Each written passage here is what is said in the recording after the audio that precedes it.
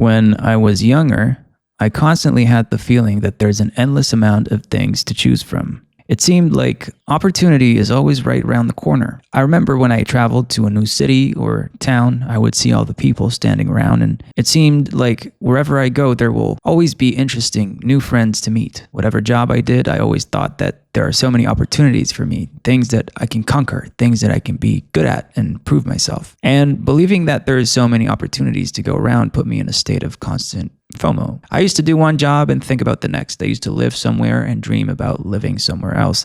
I used to hang out with someone and think about all the other options that are available out there. Losing all that stuff by focusing on a few things that feel right did not seem like an interesting option. For the most part, it seemed boring and scary. I had some friends like that with lives that seemed utterly boring. Please, God, don't make me that, I thought. The thought of choosing one thing was almost unbearable. Is this all that I am? Is this all that I will be? These are the sounds that I could hear faintly coming from within. But as the years went by, and a lot of people that I know have deepened their connections and their expertise and let themselves be fully engulfed in the lives that they chose for themselves, my fear kept me superficial, constantly looking at the next thing. Ever refusing to define myself had left me undefined. As I kept exploring more and more another workplace, another friend, another experience in another city, another country, the infinity of perceived options had begun to seem like a lie. Another group of people said the same things but dressed different. Another country held the same experiences with a different scenery. All work tends to be work in the end. All offices are toxic, and most importantly, the range of things that actually suit me personally, I've found, is narrow. I have realized that I'm a very specific person, that suitable opportunities are a dime a dozen, and that even though shiny new experiences seem shiny, constantly pursuing novelty leads to its own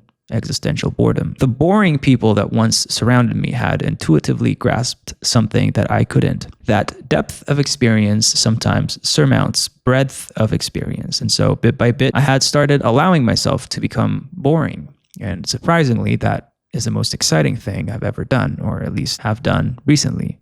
Can I get just a tiny bit better at the thing that I set out to do? Can I look at the existing things in my life and bring my full self to the table? Can I accept the exhilarating uncertainty of choosing a life and living it without it being magnificent at all? I'm not always great at this. As a fellow ADHDer, I still need heaps of novelty just to feel it justified to wake up in the morning. But I try to keep it contained in the same spheres, to not completely up and burn it all down just to chase the next experience. It's not always easy. I have a lighter and a can of kerosene on me at all times, and my inner pyro very often wants to burn the house down, but it's during the steadier times that I realize the benefits of having stayed the course.